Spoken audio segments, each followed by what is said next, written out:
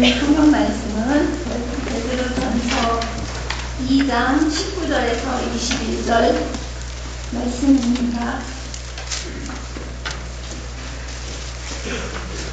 부당하게 고난을 받아도 하나님을 생각함으로 슬픔을 참으면 일은 아름다우니라. 죄가 있어 매를 맞고 참으면 무슨 칭찬이 있으리요. 그러나 선을 행함으로 고난을 받고 참으면 이는 하나님 앞에 아름다우니라. 이를 위하여 너희가 부르심을 받았으니 그리스도도 너희를 위하여 고난을 받으사 너희에게 본을 끼쳐 그 자취를 따라 오게 하려 하셨느니라. 아멘. 우리 근사님들이 한복을 입고 찬양하시니까 하늘의 천사들이 다 내려오시는 것 같습니다. 평소에도 이렇게 입고 다니시면 얼마나 좋을까 생각해 보았습니다. 너무 곱고 아름답게 찬양하시는 모습 너무 감사드립니다. 항상 주의 사랑에 매여서 사시기를 주님의 이름으로 축복합니다. 이 시간에는 이웃교회이죠. 나사렛 교회 혹시 어딘지 아십니까?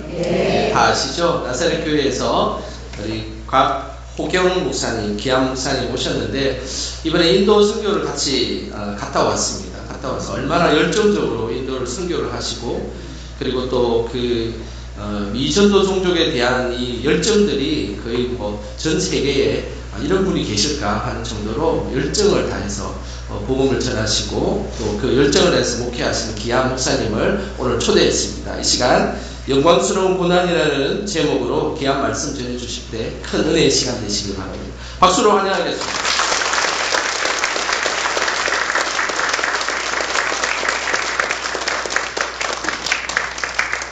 마이크 내려도 되죠? 네. 할렐루야. 네. 반갑습니다. 네, 저는 멀리 전농동에서 나사렛 교회를 섬기고 있는 목사입니다.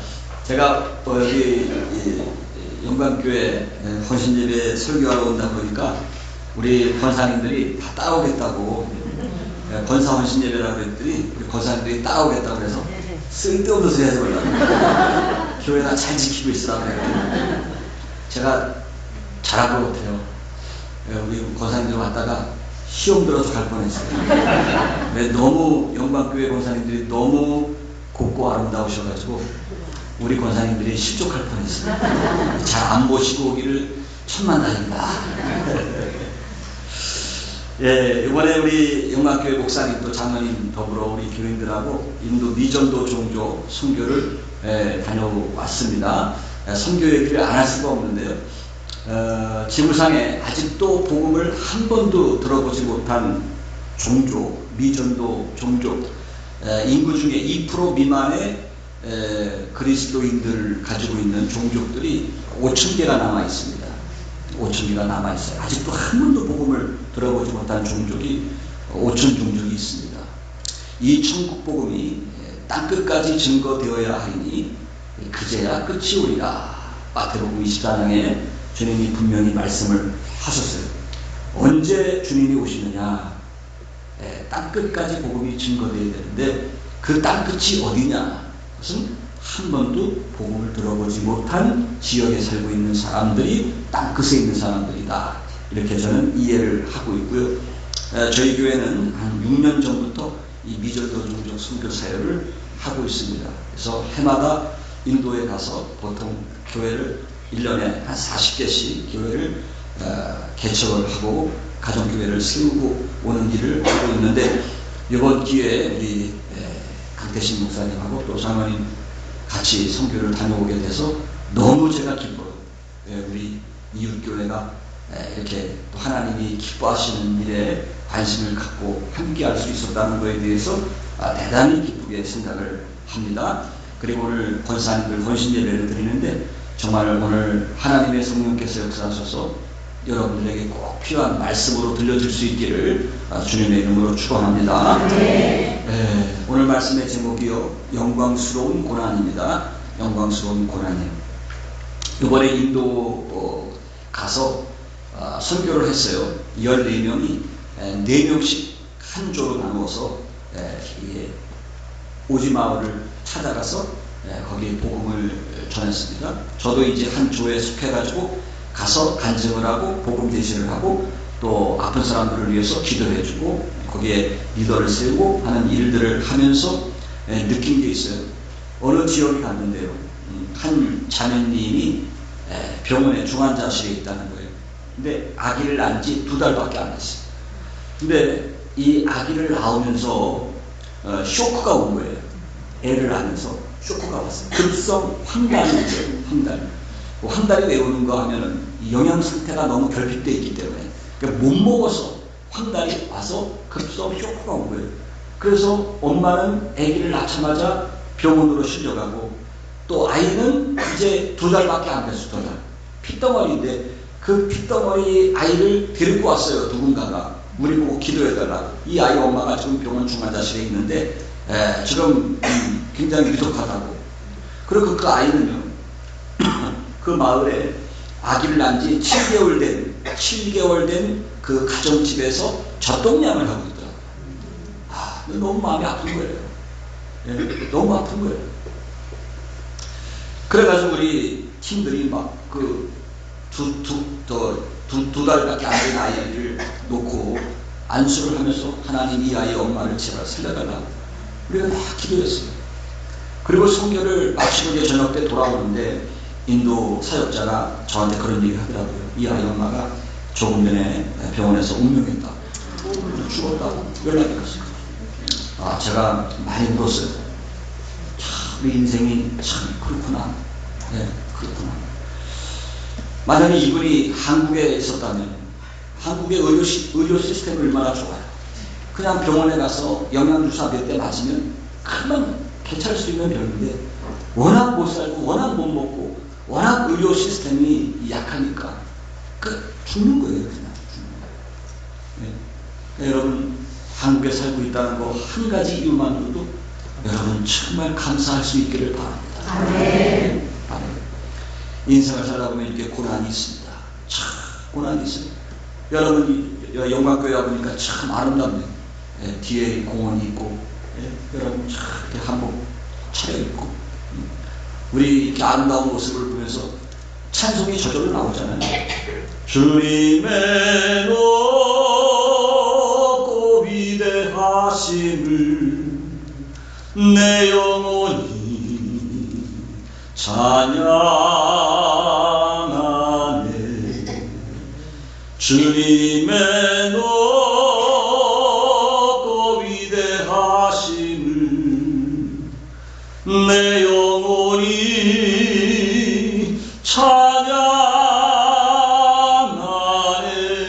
찬양하네. 하나님이 지으신 이 세상이 얼마나 아름다워요. 곱게 물들어가는 단풍들, 겨울 되면 눈 내리는 대지의 정원들, 이렇게 아름다운 것을 보면서 하나님을 찬양하고 하나님을 노래하다가도 막상 내 앞에 고난의 문제, 고통의 문제가 들이닥치면 우리는 어떡합니까? 크세 감사를 잃어버리고 본능적으로 우리 입에서 튀어나오는 말이 뭐죠? 왜 하필이면 나에게 이런 고통이 올까?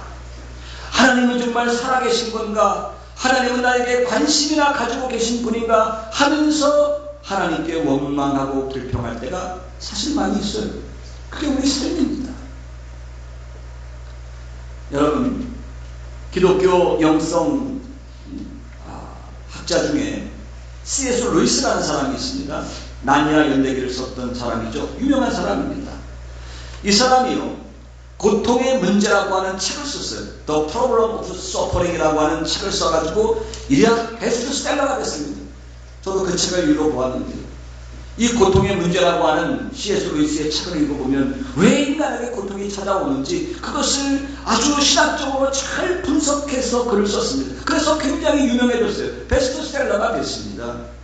그런데요, 이 책을 쓴 지 몇 년 후에 C.S. 루이스의 아내가 그만 암에 걸려서 고통하면서 죽어가는 거예요. 막상 자기 아내가 암에 걸려서 죽어가는 모습을 지켜보고 있던 이 루이스가 책을 한 권 더 썼습니다. 그 책이 뭐냐면 Grief Observed라고 하는 책인데 한국말로 하면 슬픔의 관찰, 슬픔을 관찰했다. 거기서 이 C.S. 루이스가 이렇게 고백을 합니다. 하나님은 어디 계시는 것인가? 이것은 가장 불행한 질문 중에 하나이다. 나는 하나님의 존재는 의심하지 않지만 하나님의 사랑은 의심하게 되었다. 이렇게 고백을 합니다.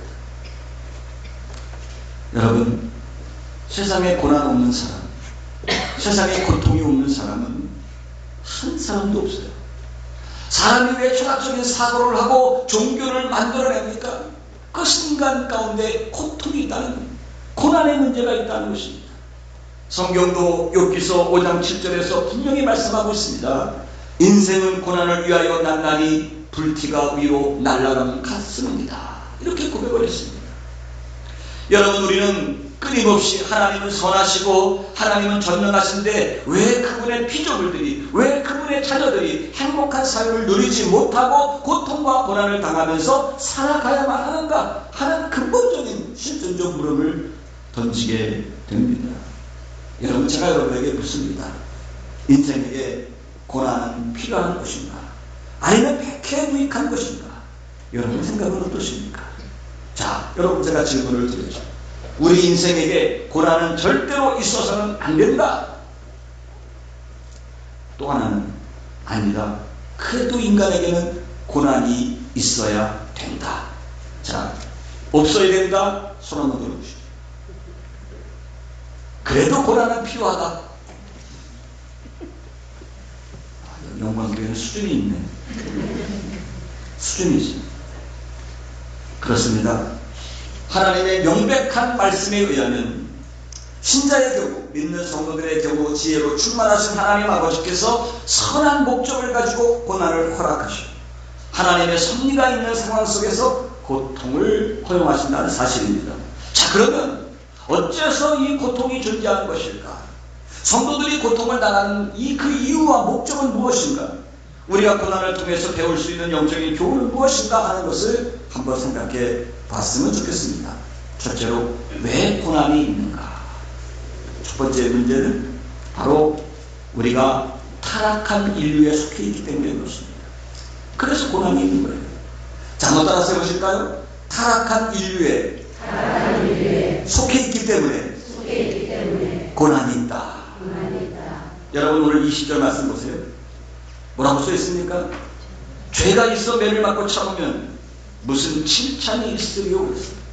우리 인간이 고난을 당하는 것, 고통을 당하는 근본된 이유는 무슨 문제입니까? 죄 문제예요. 죄 때문에 고난이 온 거예요. 하나님은 인간을 창조하셨습니다. 그리고 풍성한 삶을 약속했어요. 그런데 인간이 하나님의 말씀에 정면적으로 불순종하고 사단의 유혹에 넘어가서 타락하고 말았습니다. 인간이 범죄함으로 이 땅에 마귀의 영향력이 미치게 된 겁니다. 그때부터 우리 인간에게는 고난이 찾아오는 거예요. 저주가 찾아오는 것입니다. 마치 아주 심하게 고장난 버스가 있다고 생각해 보세요. 그 버스가 고장이 났어요. 브레이크도 잘 듣진 않습니다. 그런데 길은 언덕길이에요. 차가 지금 언덕길로 막 덜컹덜컹 되면서 좌충우돌하면서 계속해서 저 언덕길로 고장난 버스가 달려가고 있어요. 그 끝은 어디냐? 벼랑에 벼랑, 낭떠러집니다. 그런데요, 저와 여러분들은 이 인류라고 하는 고장난 버스에 자동으로 타고 있어요. 우리가 어머니 뱃속에서 태어나는 순간 이 인류라고 하는, 타락한 인류라고 하는 버스에 타고 있는 거예요. 그래서 우리의 의지와 관계없이, 우리의 노력과 결단에 관계없이 이 고장난 버스는 지금 덜컹덜컹 거리면서 좌충우돌하면서 달려가고 있어요. 그 안에 타고 있기 때문에 어쩔 수 없이 넘어지기도 하고 쓰러지기도 하고 부딪히기도 하면서 큰 상처를 받아요. 그런데 불행한 얘기지만 그 끝은 어딥니까? 파멸입니다. 멸망이에요. 멸망입니다.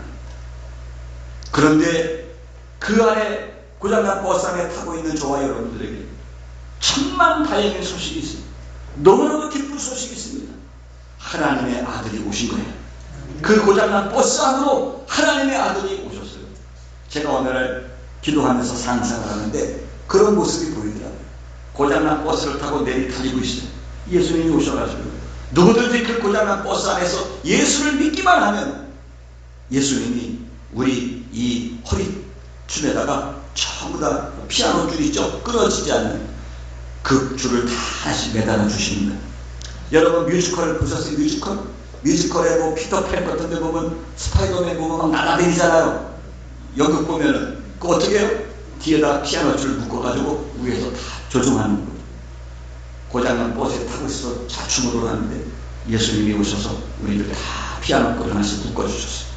그래서 이 버스가 낭떠러지로 떨어지는 그날 저와 여러분들은 다 건진받는 거예요. 할렐루야. 그때까지는 우리가 이 고장난 죄로 인해서 타락한 세상에 우리가 몸을 닫고 살아가기 때문에 어쩔 수 없이 고통이 있어요.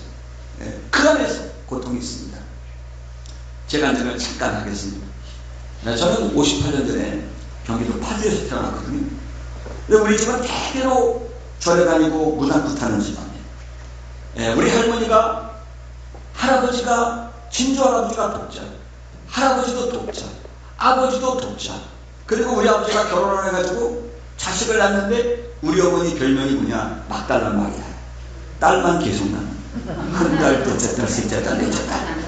그래서 경기도 파주에서 제일 용하다는 무당을 데려다가 쌀 10가만 이를 주고 큰 굿을 해가지고 그래서 아들을 하나 얻었습니다. 그 아들이 바로 여러분 앞에 있는 목사예요. 얼마나 귀하게 살았겠어요. 근데 제가 14살 때 골수암에 걸렸어요. 골수암에 걸렸어요. 전신을 다 쬐습니다. 하다 성한 데가 하나도 없어요. 제일 심한 데가 양쪽 대퇴부 고관절이었어요. 다 쬐서 뼈를 던지고 썩은 뼈는 버리고 쇠 갖다가 집어넣고. 그랬는데도 제가 식물인간이 됐어요. 목숨은 건졌는데 식물인간이 됐어요. 1년 동안을 똥오줌 다 받아내고 우리 어머니가 그렇게 저를 케어를 했어요. 그런데 어느 날 친구 어머니가 저를 찾아왔어요. 초등학교 동창 어머니가. 얘야, 호경아, 너 교회는 거 알아? 하나님 알아? 너 교회 나가면 살 수 있어. 살 수 있어. 그 말 한마디. 제가 친구 어머니를 따라 교회를 간 거예요. 근데 알고 봤더니 그 친구 어머니는 자궁암 말기 환자야. 본인도 예수 믿고 병 고치기 위해서 교회를 나가면서 저한테 전도를 하러 온 겁니다. 그래서 교회를 갔어요. 근데 일반 교회를 간 게 아니고 기도원을 간 거예요. 근데 무슨 기도원이냐면은 저 용산에 가면은 용산역 옆에 허름한 공장 개조해가지고 거기에 누가 기도원을 하고 있더라고요. 근데 그 기도원 원장 이름이 누구냐면 현신애라고 하는 거예요. 현신. 그 집회를 참석을 한 거예요. 한 사흘째 되던 날, 현신애 원장이 하얀 옷을 입고 짬뽕 모자를 쓰고 환자들을 위해서 기도해 주는데 걸을 수 있는 사람은 다 나왔어. 수백 명의 환자들이 나와서 기도를 안수합니다. 그런데 저는 움직일 수가 없는 거예요. 온몸을 다 째놨기 때문에. 1년 동안 누워있었기 때문에 움직일 수가 없어요. 우리 어머니가 대신 손을 들어가지고 4명의 장병이 들것을 가지고 와가지고 저를 들것에 실어가지고 강대상에다 올려놓은 거예요. 그런데 이 현신의 권사라고 하는 분이 그런 얘기를 하더라고요. 하나님이 이 아들을 쓰시기 위해서 오늘 고치실 거라고. 사람들이 뭐 할렐루야 되고 난리가 났어요. 근데 제가 그때 나이가 몇 살이냐? 15살이거든요. 근데 이 권사님이 저한테 오더니 제 귀에다 대고 얘야 일어나서 걸어라. 일어나서 걸어라. 그러면서 제 엉덩이를 툭툭툭 치시는 거예요. 근데 제가 그때 1년 동안 누워있고 또 오줌 펄펄 싸고 온몸은 다 째가지고 철사로 군데군데 떠난 이 묶어놓은 제가 그 자리에서 일어나서 5발자국을 걸어가죠. 할렐루야. 그래서 예수 믿게 됐어요. 그동안은 죄 가운데 태어나서 매일같이 귀신들에게 절하고 추석 때가 되면은 고사 지내고 1년에 2번씩은 큰 구슬 하고 꼭 절에 가고 4, 5, 6, 8, 7월 시성날 절에 가고 어렸을 때부터 왜요? 자식만 갖다가 구태갖고 낳았다고 생각해가지고 저는 어머니가 둘이에요. 둘. 저를 낳아주신 어머니와 그 다음에 신모 무당 어머니가 있었어요.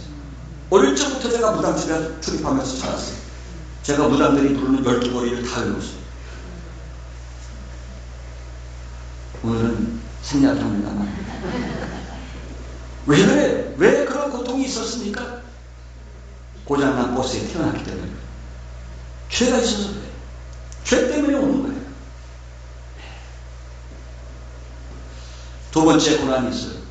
두 번째 고난이요, 부당하게 받는 고난이 있어요. 다른 말로 하면 애매한 고난. 애매한 고난이 있어요. 일본 말로 하면 아리까리한 고난이 있어요. 오늘 성경 말씀 읽어볼까요? 19절. 자, 뭐라고 써있습니까? 다 같이 읽습니다. 시작. 부당하게 고난을 받아도 하나님을 생각함으로 슬픔을 참으면 이는 아름다우나 그랬어요. 자, 부당한 고난이 있다는 거예요. 내가 이해할 수 없는 고난이에요. 원인을 알 수 없는 고난입니다. 나는 믿음으로 살려고 애쓰고 힘쓰는데 부당하게 당하는 고난들이 있어요. 그런데 이러한 고난들에게도 분명히 하나님의 목적이 있다는 것입니다.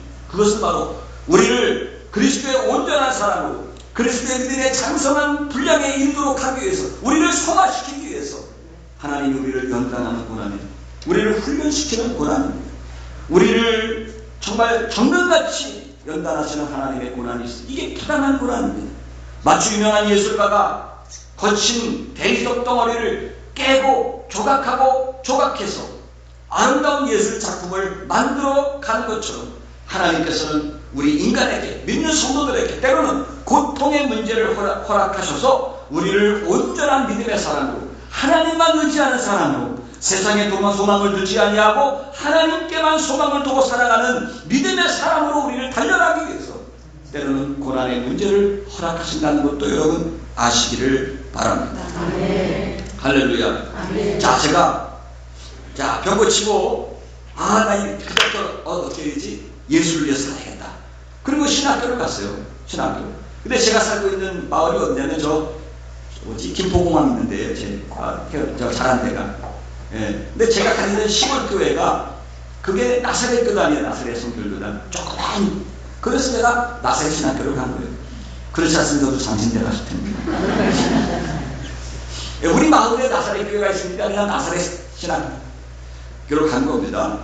그러니까 사실 전도사가 됐어요. 3학년 때 어느 교회 이제 전도사로 제가 교육전에서 파송을 했어요. 그런데 이 부교육자 생활을 하면서 제가 너무 과로했어요. 너무 과로했어요. 그러다가 어느 날 부활절 전날인데 쓰러졌어요. 쓰러졌는데 옛날에 알았던 이 골수암이 악성 골수염으로 재발을 했어요. 그래가지고 한강성심병원에 2달을 입원했는데 입원해서 아무리 병원에서 고치려고 해도 고쳐지지가 않는 거예요. 어느 날 한강성심병원 정형외과 과장이었던 이창주 선생님이 저를 불러요. 갔더니 자네 다리를 잘라야겠네. 허벅지 밑으로 다리를 잘라야겠네. 계속 다리가 썩어 들어가서 다리를 잘라야겠네. 천천병력 같은 일이 떨어졌어요. 그때 제가 하나님 앞에 원망했어요. 하나님, 내가 주의 일을 하겠다고 전도사가 되고 신학을 공부했는데 성직자가 됐는데 하나님 저에게 능력 주시지는 못한 남자, 아니 글쎄 다리 한쪽을 잘라야 돼요. 그 허벅지 밑으로 자르면 어떻게 살아갑니까? 이제 결혼해가지고 애는 둘을 낳는데 어떻게 살아가요? 이렇게 살아니 차라리 저를 죽여주십시오. 그럼 죽였어요. 병원에 2달 누워있는데 비칸칸한. 그런데 어느 날이었어요. 저를 한 번도 보지 못한 어느 감리교회 권사님이 신방을 왔어요. 신방을. 저 입에 입구에 어느 감리교회가 있는데 거기 다니는 권사님 한 분이 저를 찾아온 거예요. 근데 여자분 한 2분을 데리고 왔는데 오셔가지고 봉투 하나를 주면서 아이고 전도사님, 내가 전도사님을 잘 모르지만 이 사람 저 사람을 통해서 들었습니다. 전도사님 다리를 잘라야 되고 참 처치가 딱하다 그러는데 제 아들도 지금 신학을 해가지고 전도사로 있습니다. 내 전도사님하고 나이가 똑같아서 내 아들 같아서 찾아왔습니다. 근데 이거 전도사님 80만 원인데요. 이거 80만 원 얼마 안 되지만 병원비에 보태 쓰세요. 그리고 저를 주시는 거예요. 그러니까 너무 감사해가지고 80만 원을 받아가지고 벽에 밑에 넣었어요. 그때 너무 어려울 때니까, 신학생 때니까. 근데 그 돈을 받자마자 이 권사님, 남자 권사님이더라고요. 감리교회. 이 권사님의 얼굴이 확 바뀌면서 저한테 막 야단을 치시는 거예요. 전도사가 돼가지고 삶을 비관하고 있고 다리 자를 생각이 나고 있고 하나님 영광 다 가리고 있다. 빨리 태어나가지고 나를 따라서 삼각산에 기도하러 올라와. 완전 호통을 치시는 거예요. 제가 너무 기분이 나빴어요. 왜 기분이 나빴어요? 나는 그래도 신학을 했어. 전도사님이야. 근데 일개 권사 나버리니까 전도사님을 훈계를 해. 예라이 그래가지고 벽에 속에 집어넣었던 80만 원을 꺼내가지고 그 권사님 얼굴에다가 확 던지려고 그랬는데 형편이 너무 어려워가지고 참았어요. 꼭 참았어. 그리고 권사님 잘해서 보내드렸어요. 그러다가 잠이 안 오는 거예요. 자, 일주일 뒤에 다리를 자르는 수술을 해야 되는데 다리를 자를 것인가 아니면 태어나가지고 그 권사님을 따라서 삼각산에 기도하러 갈 것인가. 일주일 동안 고민했어요. 많이 울었어요. 와이프하고. 그리고 일주일 되던 날 결정을 했어요. 태어났더니 의사가 난리가 났어요. 생기기는 똑같이 했는데 너무 안 돼서 난다고. 한강성수병원에다가 책임을 돌리지 말라. 각서였어요. 각서 쓰고 나왔어요. 병원에서 주는 약 항생제 이만큼 나오면서 병원 쓰레기통에 다 집어넣었어요. 그리고 그 다음 날부터 삼각산 기도대원이 된 거예요. 평신도가 됐습니다. 예, 추운 겨울인데요. 화요일날, 목요일날 2번을 삼각산 꼭대기로 이렇게 올라가는 거예요. 한 번은 그분들을 따라서 기도원에 올라가고 산꼭대기에 올라가고 한 번은 저와 제 아내가 12월 달인데요. 스키복을 구입해가지고 쇠바이크를 준비하고 해서 둘이 산을 들어 올라가는데 다리는 다 썩어가지고 흔들흔들한 다리를 가지고 고름은 쏟아져 나오는데 밤 11시에 저 불광동 기자촌 불광동 부처불자의 기광자는 불광동 기자촌에다가 차를 세워놓고 산꼭대기를 올라가는 거예요. 와이프하고 둘이 밤 11시에 올라갑니다. 올라가다 보면요 그 불광동 기자촌 골짜기 거기가 뭐죠? 굿땅들이 있는 거예요. 대한민국의 유명한 굿땅들이 모여서 굿하는 골짜기예요. 이 굿땅들 그 골짜기를 지나가다 보면요 향냄새, 돼지냄새, 비린내 뭐 별내가 다 나요. 그러면 그냥 머리가 쭈삐쭈삐쭈삐 일어서 뒤에서 그냥 처녀귀신 몽달귀신이 같이 가자 그러고 나를 붙잡아 다니는 것 같아요. 그 어떻게 살기를 뭐 살아야 되니까 그냥 뭐 쩔뚝거리는 다리를 가지고 겨울날 산꼭대기로 올라가는 거죠. 올라가서 바위에 탁 걸터 앉아가지고 저 뒤쪽은 고양시고 앞쪽은 서대문 홍은동이에요. 하나님께 그런 기도합니다. 하나님 저를 바람을 확 불어가지고 이 낭떠러지 암벽에서 떨어져서 저를 데리고 갔든지 아니면 고쳐주시든지 둘 중에 하나는 택하시고 그러면서 막 울었어요. 6개월을 울었어요. 그런데 한 6개월쯤 되니까 그 두려움과 원망과 불평이 사라졌어요. 그리고 마음속에 하나님에 대한 감사가 폭포수와 같이 넘쳐났어요. 그리고 찬송이 바뀌는 거예요. 찬송이. 하늘을 두루마리 삼고 바다를 먹물 삼아도 한없는 하나님의 사랑 다 기록할 수 없겠네. 이 찬송과 가사가 그냥 파도처럼 내 마음을 때리는 거예요. 그러니까 막 감사해서 우는 거예요. 감사해서. 할렐루야. 다리를 잘랐을까요? 안 잘랐을까요? 하나님이요 내 의지, 내 교만, 내 이성 다 깨트려요. 하나님께만 소망을 두는 거예요. 하나님만 바라보고 살라고 하나님만 의지하고 목회하고 하나님이 나를 많이 연단하셨어요.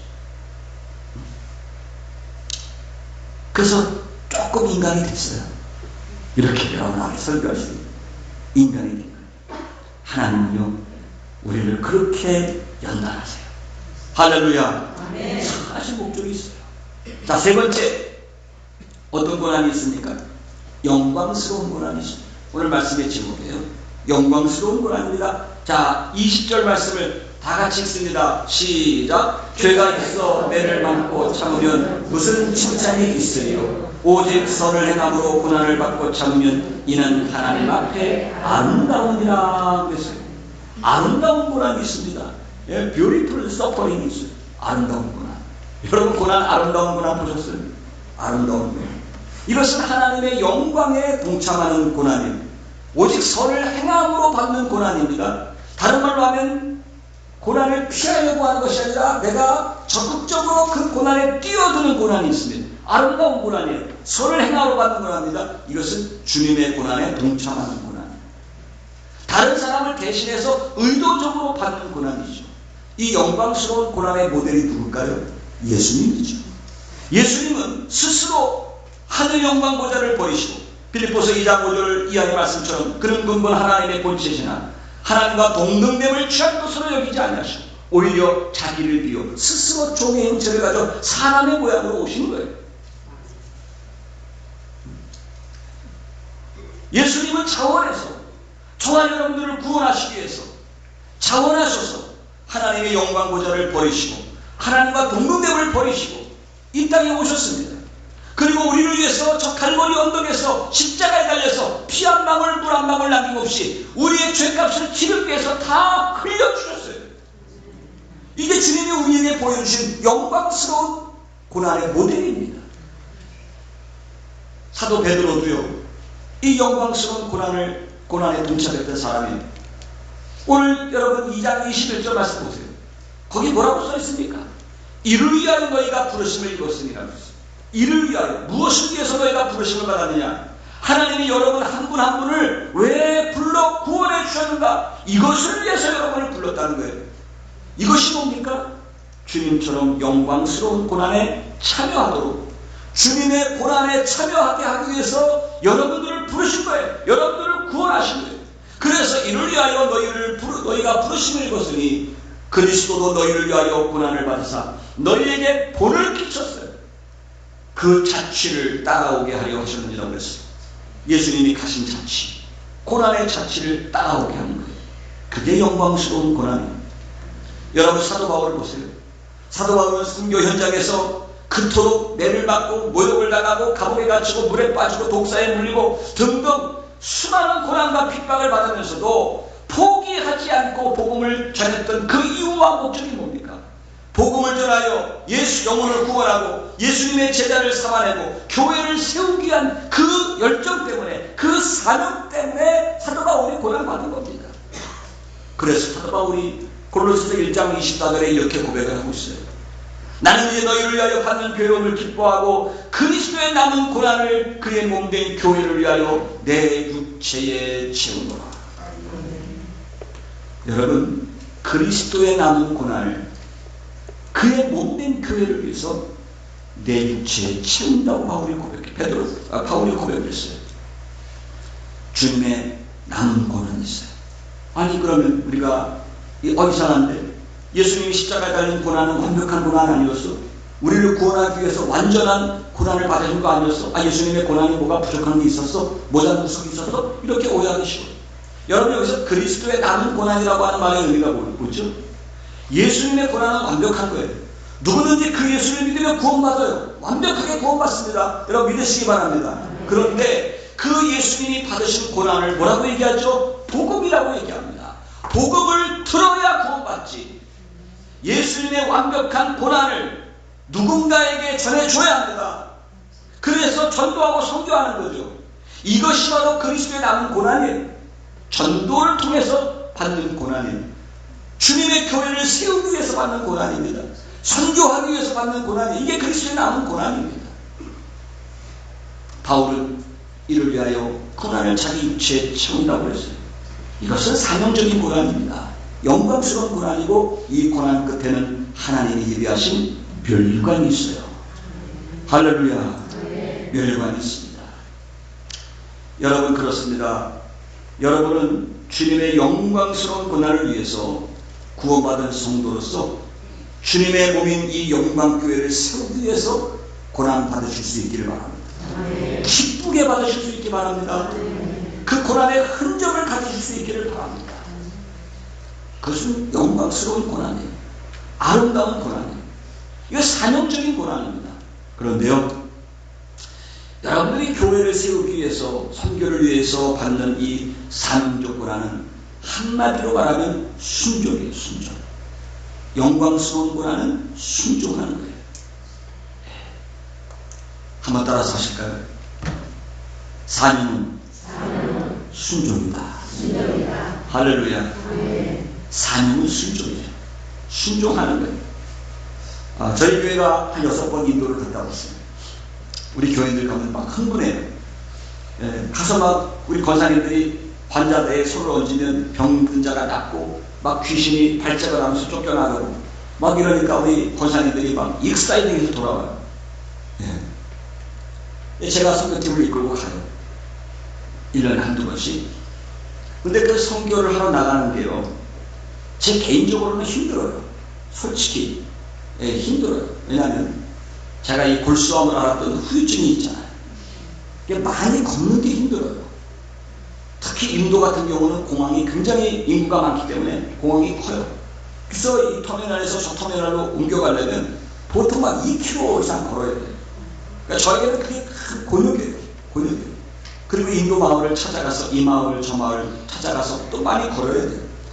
그게 곤욕이에요. 거기다가 배낭 메고 간식 준비해서 가는 게 저에게는 참 힘들어요. 솔직히 말하면. 근데 왜 제가 이 일을 하느냐? 이유가 있어요. 하나님이 저를 목사로 부르셨어요. 죽을 병에서 건져주시고 저를 구원해 주셨어요.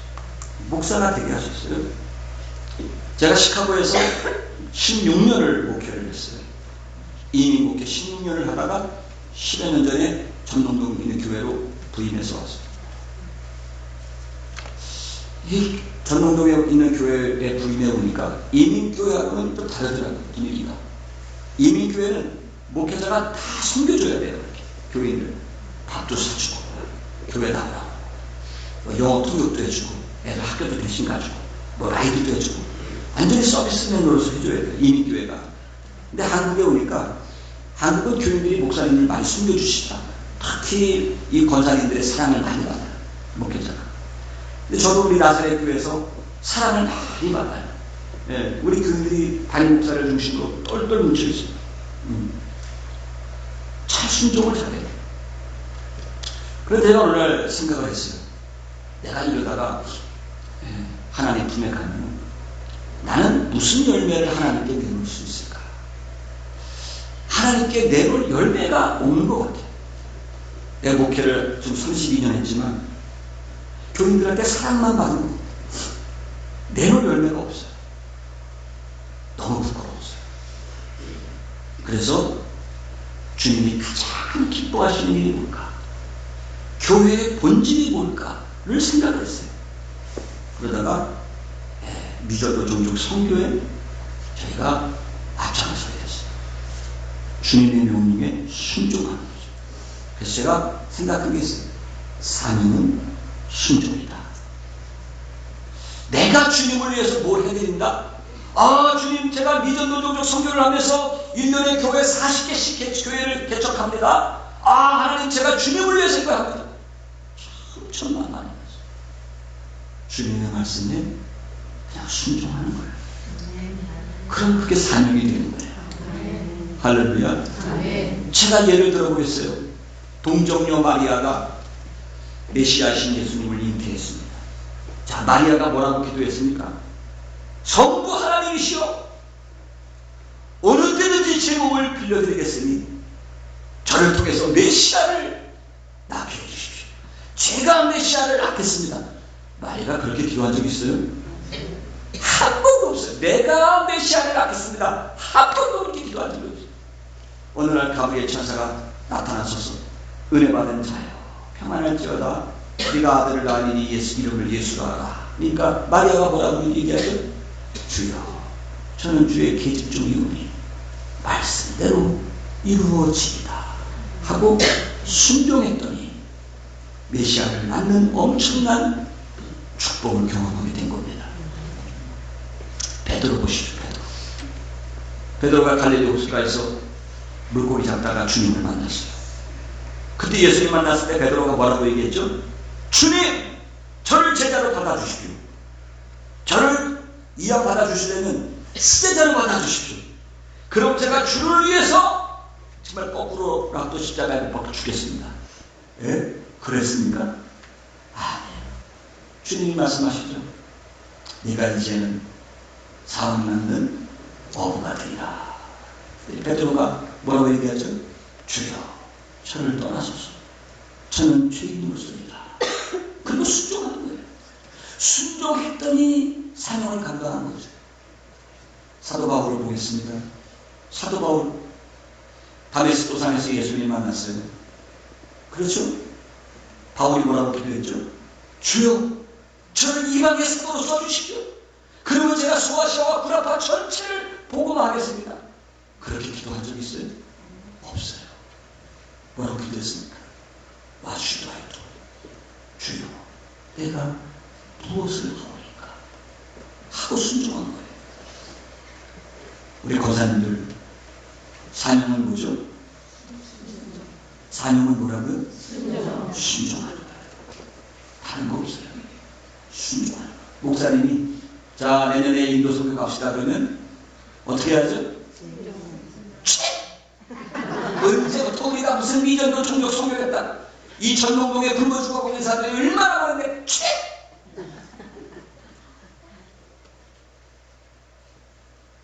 있어요. 꼭 있을 것 같아. 사명은 뭐라고요? 순종. 순종. 다른 거 없어요.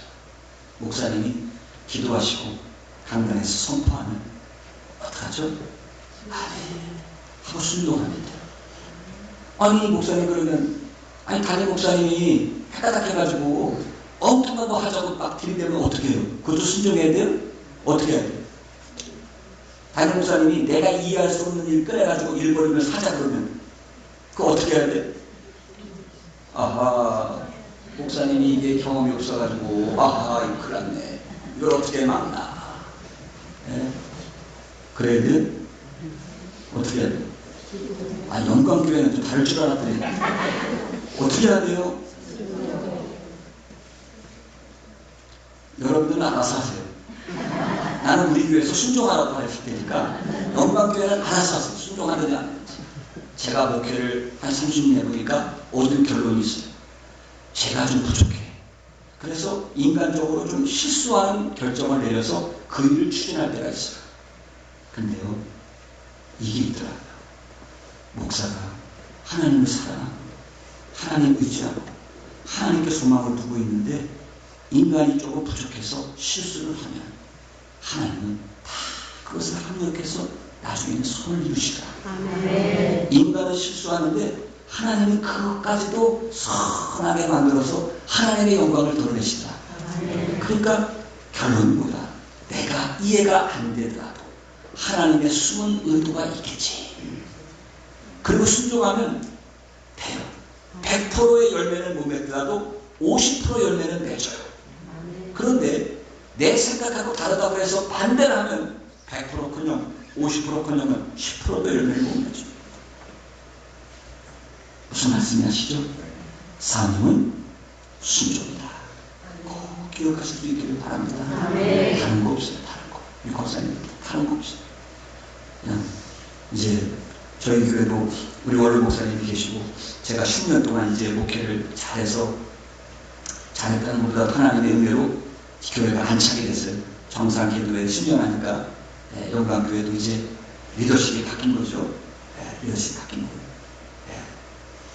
담임 목사님을 중심으로 해서 잘 순종이 있어서 교회가 편안하게 든든히 잘 서갈 수 있도록 우리 장로님들은 우리 목사님의 물타리가 되어드리시고 우리 권사님들은 잘 순종해서 하나님의 영광스러운 고난에 꼭 참여할 수 있기를 바라고 저희 나사렛 교회와 더불어 잘 협력해서 같이 좋은 관계로 인도 비전도 종족 순교도 잘 했으면 좋겠어요.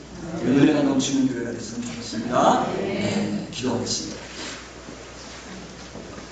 잘못된 죄로 인해서 당하는 고난이 있을 때는 회개하고 돌아서면 하나님이 극복시키실 줄로 믿습니다.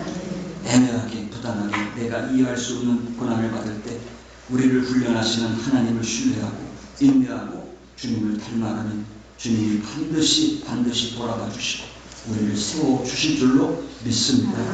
주님의 대속의 고난으로 내가 구원받았으니 이제는 주님의 몸인 영광교회를 건강하게 세우기 위해서 순종하는 고난 참여할 수 있도록 은혜를 베풀어 주시옵소서. 예수님 이름으로 기도하옵나이다.